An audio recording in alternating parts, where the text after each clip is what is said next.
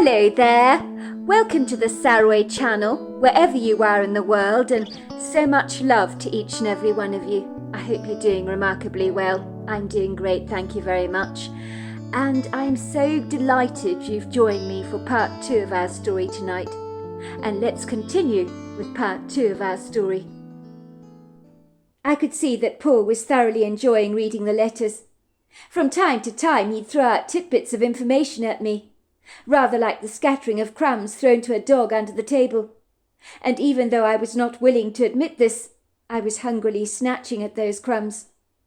"Your mother's very sad that you refused to speak to her. She really misses you," said Paul, looking up from a letter to watch me fold my clothes and place them in the suitcase. I snorted disdainfully. "She should have thought about that, shouldn't she, before she sauntered off to America to be with Connor Dumbarton," I said sarcastically.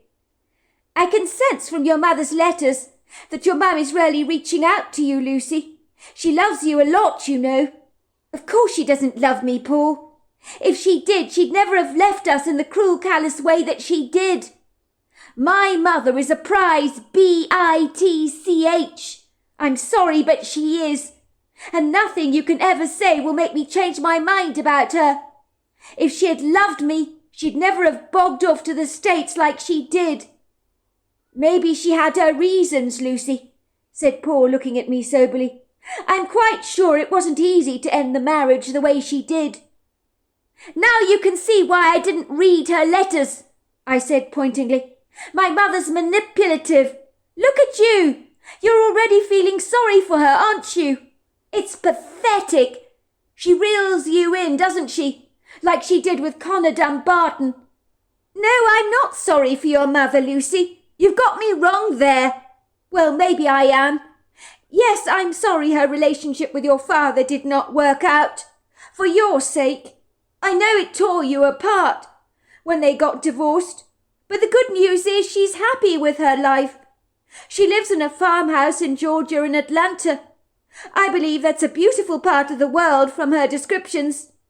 "It sounds idyllic," said Paul, returning to the letter he was reading.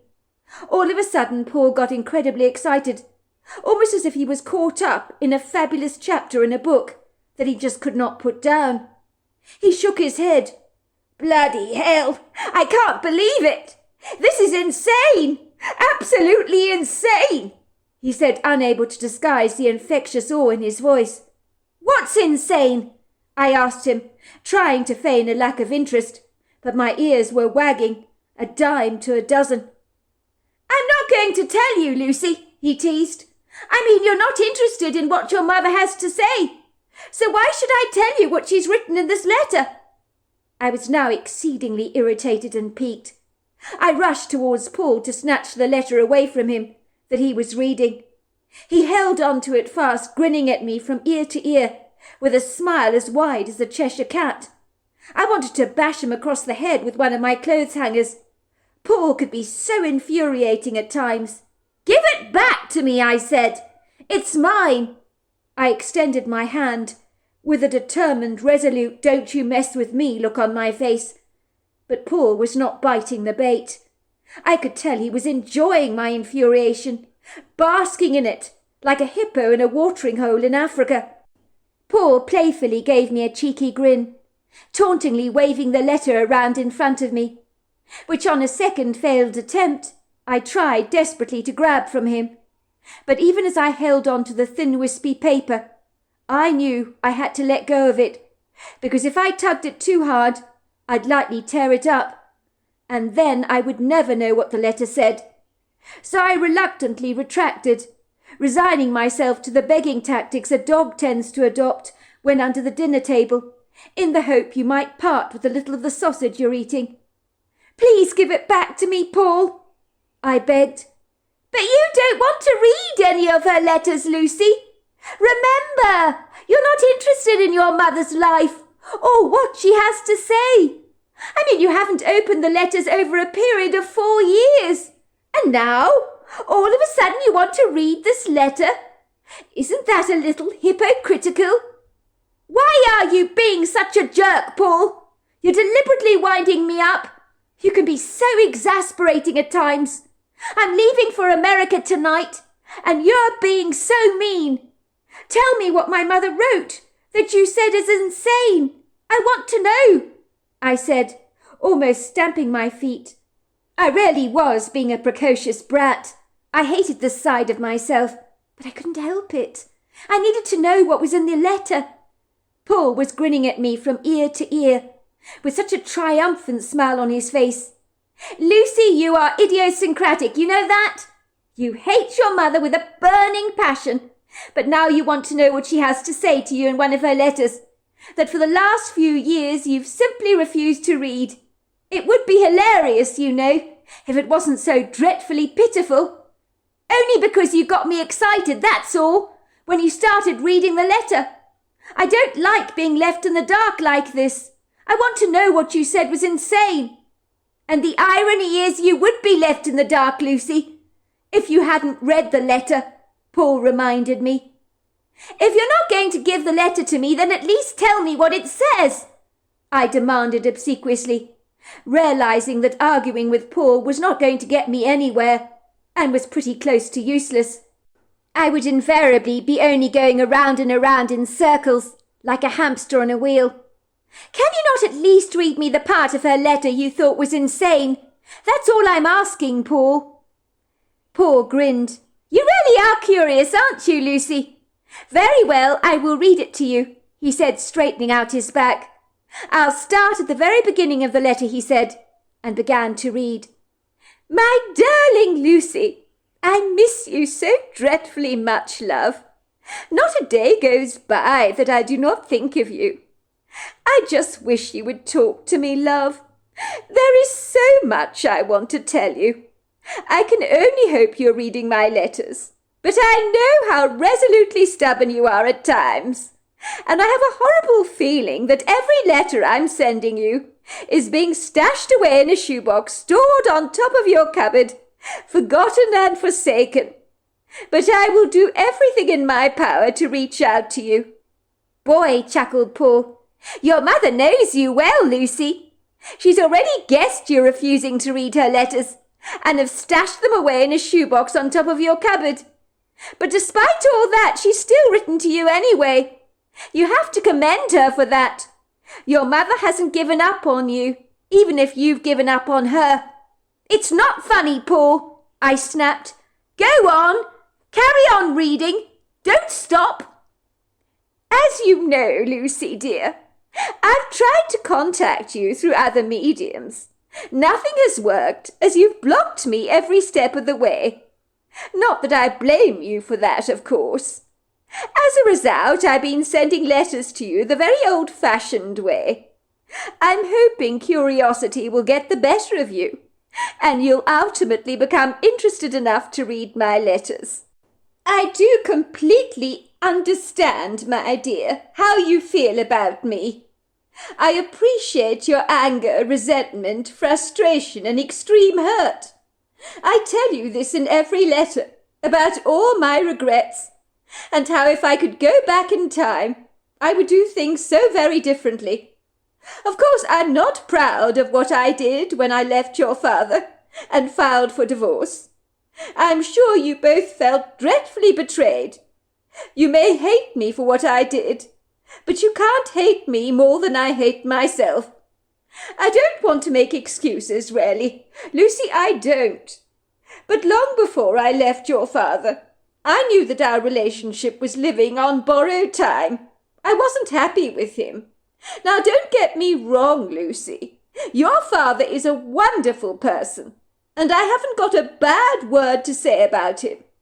But the two of us, long term, would never ever have worked out. We had absolutely nothing in common, and wanted different things from our lives. We had very few shared interests together. The best thing that happened in our marriage was you, of course, and for that reason I never regretted marrying your father. We can both agree that you were the one gift in our lives that was absolutely not a mistake.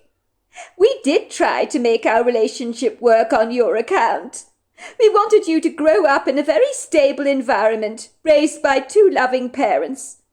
But I just knew the roof was falling in on our lives, because it just was not working out for us.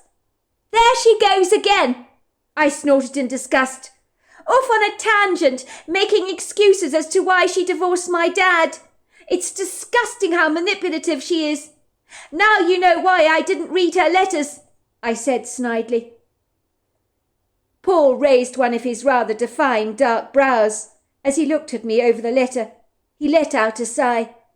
Do you want me to carry on reading this letter or not, Lucy? You keep interrupting me. I haven't got to the juicy part yet. Go on, I said begrudgingly. Let's hear it, shall we? I bet it's not as juicy as you're making it out anyway. This is probably your way of being as manipulative as my mother. Paul continued reading, willfully ignoring my thorny comments. I'm hoping, Lucy, my dear, that one day you might understand why I made some of the choices I did. I'm only sorry I caused so much hurt. I appreciate why you refused to come and live with me here in America. Anyway, I'm writing to you about something unusual that'll leave you scratching your head and saying, "What the hell?" Since it happened to me, I've been saying that to myself all the time. My new catchphrase is "What the hell?" I'm so confounded by the experience. I keep having to pinch myself and say, did that happen? But Lucy, my dear, it most certainly did. So it pleases me greatly to share my rather idiosyncratic story with you. And I assure you that no one else has had that privilege. Let me start at the very beginning, shall I? To put you in the picture more clearly. Connor, as you know, has 2 boys who have become my stepsons. Well, that's what happened when I got married to him, of course. Cameron is the same age as you are, Lucy. He has a younger brother, 2 years his junior, called Hamish. Cameron adores science and math. He's one of these very clever boys that deals with facts all the time. As far as he's concerned, if you can't see it, then it can't possibly be real. Hamish, on the other hand, is much more thoughtful and introspective in every regard. The 2 of them are looking forward to meeting you one day, because a proud mother like myself talks about her daughter incessantly. So let's just say they know all about you, every single little detail. So much so, in fact, that I'm sure I'm beginning to sound rather like a broken record, but I just can't help myself. After Connor and I got married, we bought a stunning old red-bricked farmhouse in the countryside that looks astonishingly English in every regard, like something you might have plucked out of the Derbyshire countryside and ferried all the way to America. I think it's because the original architect of the house was a man called Stuart Hemingway. He designed a few of the red-bricked houses in these parts, and was originally from British waters. I have told you a lot about the farmhouse in my previous letters that I hope you have read. Me and Connor are very partial to life here in the countryside. We wanted to live in a place surrounded by prepossessing beautiful views where we could enjoy plenty of fresh air and exercise. Connor realized he could work from home most days of the week and commute to Atlanta twice a month. So it seemed like a great idea to lay down roots in the countryside. At the time we moved here, the kids had only just come back from England, after having lived there for a couple of years. So returning to America, we decided to lay down roots here in Georgia. Connor, much like myself, is passionate about horse riding. So we bought a property with a stable block, ponds, grazing fields, and ubiquitous trees absolutely everywhere. It is stunningly beautiful, Lucy. You have no idea. I just wish you were here to see it all. I'm very proud to tell you, Lucy dear, that Connor and I are the owners of 6 American quarter horses. I ride a horse called Buttercup every day, all over the countryside. She's got such a delightful temperament. When I bought the horse, her name was 8. Can you believe that? I was astonished that anyone would call their horse a number. So I changed it at once, and as crazy as it sounds, I think Buttercup appreciates it. I have to tell you, Lucy, that it is particularly beautiful out here. But I'm still trying to get my head over how large and vast America is. I gather all the British people, when they come to America, feel much the same way as I do. I guess in England we're just used to things being a lot more contained and smaller, so to speak. It must have been a couple of weeks ago when I was left with the boys at home, as Connor decided to stay overnight in Atlanta for a 2-day business conference. I decided to make a pizza evening of it. Both Cameron and Hamish were arguing about what we should watch on television. Cameron wanted to watch a wildlife documentary by Richard Attenborough on the Serengeti in Africa, while Hamish wanted to watch his all-time favourite programme called Finding Bigfoot. I doubt they have such a programme in England, but out here in America it's been very popular to those who are interested in the subject of this cryptid creature, but also highly controversial. As you can imagine, people have argued relentlessly about the possibility of this cryptid-like creature living here in America. The kids began to argue. "I want to watch Finding Bigfoot," Hamish told his brother assertively. "I let you watch your wildlife programme last night. Now it's my turn to choose what we watch. It's only fair." Cameron snorted. "My wildlife documentary is real stuff, not a bunch of bogus baloney. Why don't you want to watch something decent?" "Now, kids, would you please calm down? We're here to enjoy an evening watching television together," I said obsequiously. I don't want any arguing. I could sense the tense energy in the air, and was doing my level best to calm the both of them down. "You heard your brother, Cameron.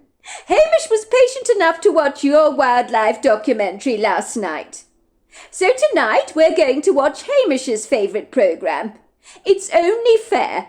You need to extend your brother the very same courtesy he extended towards you. It's called being chivalrous." "Well, I think it's stupid," said Cameron, taking a bite of his pizza, but resigning himself to the fact that whether he liked it or not, we would be watching Finding Bigfoot together. I said nothing. I sat down on the couch and watched the programme with the two boys. I didn't know what to make of it, Lucy dear. I'd heard of Bigfoot before, but had never really given the creature a passing thought. I guess that I thought that this cryptid creature was part of Pulp Fiction. But as I listened to this programme, people were claiming to have seen sightings of these so-called hairy men all over America. Many of these witnesses didn't appear to be making up fictitious stories for attention. But I persuaded myself that they might have thought they'd seen a Bigfoot, but it may well have been something else. I certainly noticed that there was a woman on the programme called Renee, who seemed very, very sceptical about people's accounts. I'd lived in England all my life, as you know, Lucy, so the subject of Bigfoot and other mythical creatures was not spoken of terribly much, although, of course, the Loch Ness Monster is the exception in Scotland, and that was talked about more than a handful of times by members of my own family when I was growing up. Lucy, dear, I wonder if you remember Miranda Lockisher.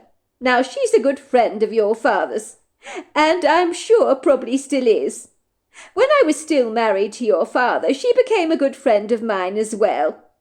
I'm sure you know that Miranda was from Scotland. When she was a little girl, she physically witnessed a monster with a long dinosaur-like neck in Loch Ness, and was there one moment and gone the next. She never forgot the experience. She was an 8-year-old girl at the time, staring out on the loch, unable to believe what she was seeing with her naked eyes out there in the water. "I knew I was seeing the monster," she told me and your father, when we invited her over to dinner one night. I hurried to call my father because I was so excited, as growing up the subject of Loch Ness was discussed quite frequently, and my father knew of 2 people who claimed to have seen the monster who were credible witnesses. I told him, "Dad, I've seen the monster, come with me." I dragged him by the hand and ran towards the lake with my dad, pointing out towards the water. "Over there," I said to him, "over there." And when he looked out at the water, nothing was there. but the water had definitely been disturbed, and there were huge ripples in the water that suggested that something big had been there. My father looked at me and said, "Miranda, it's not good to make up stories for attention like this." I burst into tears and said, "Daddy, but I saw it! I'm not lying to you! I promise you it was there!" But he refused to believe me. I even drew a picture for him to show him exactly what I'd seen, and he told me that I knew about the legend and was making up stories to perpetrate the myth. I was so incredibly frustrated. I had seen something out there on the water so profound that I wanted to share with my father, but he wouldn't believe me, and that really, really hurt. I'd never lied to my father over anything, yet he was willing to believe I was lying to him now. I knew if my dad didn't believe me, it was even more likely that no one else ever would. So like so many other witnesses, I kept stum. I knew when Miranda told me her story that she was absolutely telling me the truth, Lucy dear. She told me she believed that the Loch Ness Monster was an interdimensional beast which drifted in and out of our reality. So there I was, sitting in front of the television set, listening to these witnesses expressing their frustration of having seen a Bigfoot, but no one believing their account. And I was rather reminded about Miranda and her extraordinary encounter with the Loch Ness Monster. Cameron was being very unkind towards his brother Hamish, telling him all the time he couldn't believe that he was believing the nonsense that was being spilled out. So I was immediately defensive towards Hamish and said to Cameron, "Well, how do you know Bigfoot doesn't exist, Cameron?" "Because I know they don't," said Cameron. "There's no way. I'm sorry. There's no way. There'd be more evidence, don't you think?"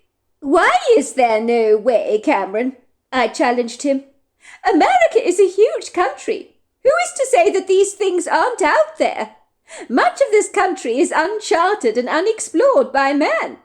So you cannot presume to say you know everything when you don't. That is arrogantly presumptuous of you. Besides, how do you know that Bigfoot is not interdimensional?" "What the hell is that supposed to mean?" asked Cameron. "It means that how do you know that Bigfoot cannot leave this dimension and drift into another?" "Now you've lost me," said Cameron. "You're speaking a whole lot of woo-woo. Are you telling me that you're buying all this Bigfoot stuff? You're an adult.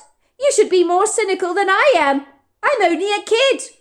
"All I'm saying, Cameron," I told him, "is it's very ignorant to assume you know everything. And it's also wrong to discredit all these witnesses who claim to have seen something. Do you have any idea how brave it was for them to step forward and acknowledge they saw something, at the risk of being ridiculed? If you saw a Bigfoot, would you tell anyone about it? Think about it for a moment. How would your testimony be received?" Cameron did think about it, and then said tentatively, "Well, if they're real, and I saw one, I guess I would definitely not tell anybody about it.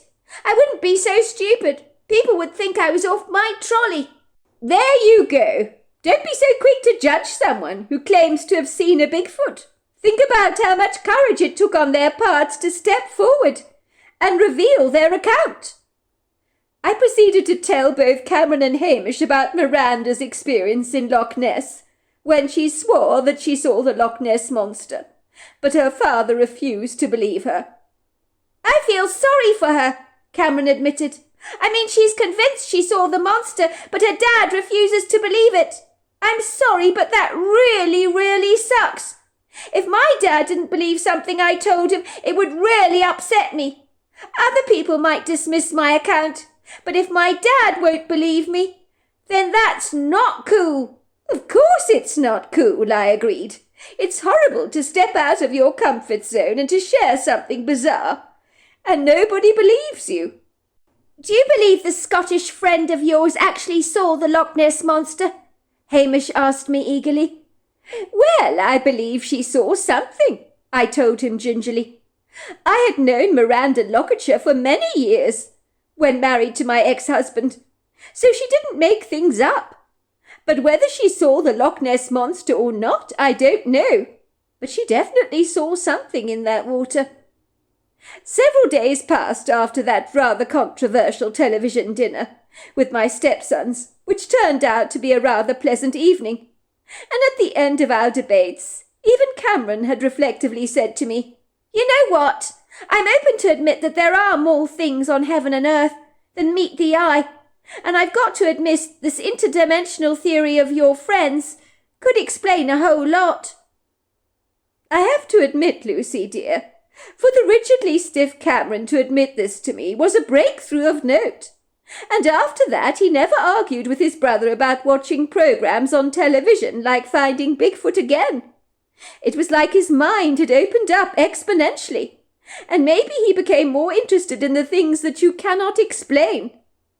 One evening, days after having enjoyed a pizza evening with my stepson, I was driving back home after having gone to see a local hypnotherapist who had agreed to see me on a late appointment, after which she invited me to join her family for dinner, as for some reason we just hit it off. I had no idea I'd end up driving home so late. I'd never been to a hypnotherapist before, Lucy, but a friend of mine encouraged me to book an appointment with her. "You need to go and see her," she persuaded me. "I can see you're taking far too many painkillers for your backaches. That's not good. These things can get out of control if you don't nip them in the bud fast. I promise you, you need to see her. She's brilliant at helping people break addictive behaviors." I knew I was popping painkillers like candy. Even my own doctor was refusing to prescribe any more meds to me, complaining that it was becoming a problem. Unfortunately, a recent fall off Buttercup had been giving me uncomfortable, painful spasms in my back. My doctor wanted me to use natural therapies to address the pain, and was actively encouraging me to go and see a chiropractor. I just wanted more pills to pop, which I knew was becoming a problem that needed addressing. Connor was not remotely happy about how many pills I was consuming, so he also encouraged me to go and see this woman. So I visited her because she had glowing reviews. My friend had been a heavy smoker. She gave up a lifetime habit after 2 hypnotherapy sessions with this woman, so she had to be good. So I thought, why not? I'd give it a go. I mean, what harm could it possibly do? It turned out that going to her was the very best decision I've ever made. As I kid you not, Lucy, a day after that session, I never touched a pain pill again, and that in itself is a miracle. Anyway, to cut a long story short, I had never intended to stay out so late that evening. I'd never driven late at night before on a sequestered country road. The dinner went on for far too long.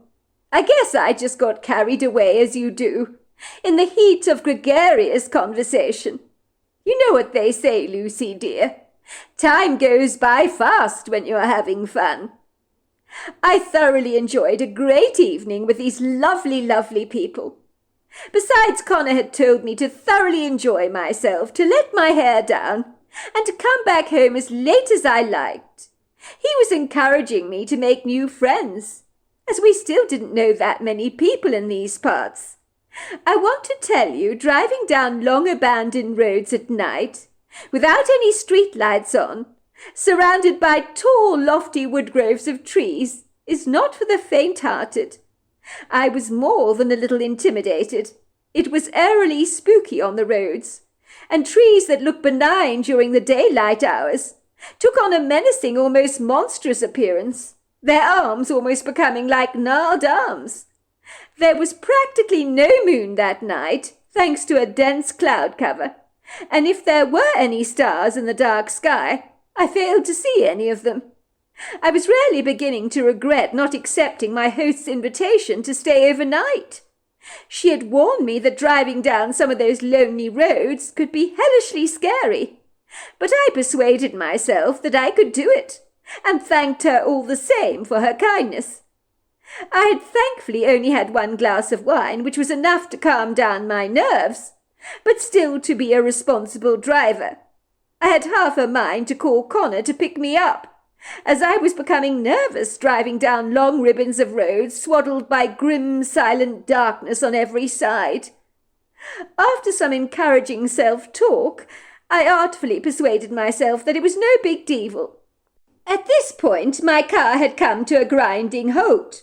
My heart was pounding violently in my chest, and my whole body began to shake involuntarily as I stared at this thing in abject horror. I kid you not. I was staring at a Bigfoot when only a week before Cameron and Hamish had been discussing this mythical beast with me, and now there it was, standing in the middle of the road before me, larger than life. You might say there are no such thing as coincidences, Lucy dear. I couldn't help wondering if the universe was waving a defiant hand at me and saying, "To all the doubters out there, put this in your pipe and smoke it." The Bigfoot just stood there. He wasn't moving an inch, just standing there, staring at me, through his dark eyes that gave off a yellow eyeshine. All I could think is this really real? I knew earlier on in the evening I'd enjoyed a hypnotherapy session. I naturally wondered, could I be making this creature up in my head? Was it a side effect of the hypnotherapy to hallucinate like this? Maybe I was hallucinating, because I had discussed the creature only a week before, so it was rather fresh in my mind. My car was squatting in a still position, only a few feet away from where the Bigfoot was standing. It was so surreal, Lucy. I kept thinking to myself, no, this is not happening. It just can't be happening. It can't be. But I knew, even as I stared at this creature, that it absolutely was happening, and this thing was real. Denial is a very powerful thing when you try to make sense of what you're seeing. Let me tell you, Lucy, nothing in this world prepares you for an encounter with such a Herculean-sized creature. A creature so powerful that one smack of his hand and you're pretty much dead. So let's just say it threw me right out of my comfort zone. I tried to acclimatize to what I was seeing. But how do you do that? It's almost impossible. I think I was so astonished that I wasn't even afraid, for my fear response had been immobilized by my complete astonishment, I suspect. The Bigfoot at a guess was about 9 foot tall, possibly 800 pounds, maybe less, maybe more, covered in long flowing hair that was very dark. I noticed the head was a pyramid shape, his neck terribly short, so short in fact it was barely even discernible. The creature's face was remarkably human. I was so astounded by this. Since then I've gone online to look at other Bigfoot pictures, but the one I saw was much more human than the ones I've seen online. He had hooded eyes and very high cheekbones. One thing I noticed was that the long hair on his torso had been plaited into the tiniest braids that you have ever seen, hundreds and hundreds of them. So I could see his torso very, very clearly. It was so chiseled. I'm in no doubt that he had an enviable six-pack. In that moment the Bigfoot locked eyes with me, and I heard him say in my head, "Of course I'm real." He then turned around and glided away. It was only then that I looked at the clock on my dashboard. Before I'd seen the Bigfoot, it was 12:32. But after I left that road, it was 2:32. Now how do you explain that, Lucy? I've heard of missing time in alien abductions, but not with a Bigfoot before. I could not account for 2 hours of missing time. I don't honestly know how to explain that to you, Lucy. But to say I was discombobulated is an understatement of note. When I returned to the farmhouse, Connor was not remotely amused with me. He was waiting downstairs for me, looking like a crotchety, bad-tempered old man. I had sent him a message that I was on my way, but I rocked up at the house 2 hours late. So I guess understandably he was out of his mind with worry. "Where the hell did you get to?" he asked me. "I was worried sick about you." I decided not to tell him my incredulous story. You see, Lucy, I was beginning to doubt that it had even happened, even though it was so vividly clear in my mind. I knew if I couldn't believe my own story, how much less believable would it be for Connor to believe? To all intents and purposes, Connor is a lot like his son Cameron. Both of them have more in common than just the letter C in front of their names. Connor is a very matter-of-fact guy. He has to see something to believe it, you see, Lucy. I told him the Loch Ness Monster story once, and he was convinced my friend just made it up for attention, and I know she did not. "Why are you late?" he badgered me. "I was so worried about you. You told me in your message you'd be back 2 hours ago. I had no idea whether I should drive out there looking for you or call the police."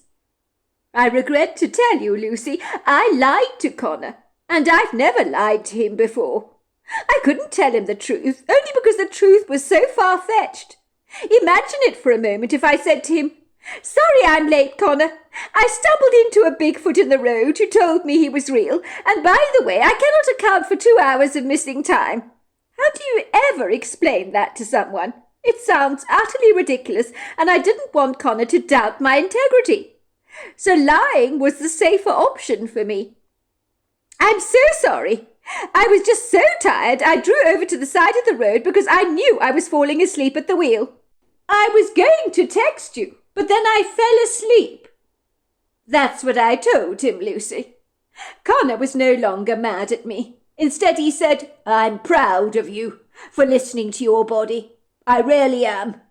When you're sleepy, you absolutely have to pull over to the side of the road. You did the right thing. I'm so sorry I was so angry.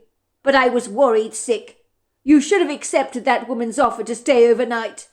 I should have insisted you did." As you can imagine, for days after my encounter with that Bigfoot, I reviewed what had really happened on that road over and over again. But do you know, Lucy, when something outlandish happens to you, the first thing your mind does is make you doubt what happened. And that was what I was beginning to experience, until something rather odd happened that made me re-examine my experience. It all began days later, Lucy dear. It was during the summer holidays when both Connor and Hamish were going out on their ATVs in the woodgrove on our property. They had promised me that they'd be back for lunch. Connor was getting incredibly angry with them. He said they were being disrespectful to me, as I'd prepared them a delicious lunch. They had promised they'd be back in time, and had failed to arrive for lunch, which was most uncharacteristic for them. I told Connor not to be hard on the boys. It was the holidays after all, and kids get carried away, don't they? Sometimes they lose track of time. "You're too nice to the boys," he said to me. "They know they were supposed to be back for lunch, and then they both fail to show up. You prepared them a delicious meal, and they do this. I'm sorry, Fee. I don't know what to say." "Don't apologize, Connor. The boys are delightful. I'm not at all put out with them not showing up for lunch. They're boys, for goodness sake. It's the school holidays. Are they not allowed to let their hair down once in a while?" We were not worried about the boys. This was not the first time they arrived back at the farmhouse late. We knew they were predisposed to getting distracted, so naturally I made allowances for them, as you do. I hasten to say they both rocked up at the farmhouse at 3 o'clock in the afternoon, apologizing profusely for being so late, and looking rather sheepish. They both claimed to have got off their ATVs, gone to sit by the stream in the woods, and fallen fast asleep. And when they both woke up, they discovered their hair was full of tiny braids. They were exactly the same kind of braids, Lucy dear, that I'd seen on the Bigfoot on that night. Both of the boys had no comprehension as to who had played with their hair like this.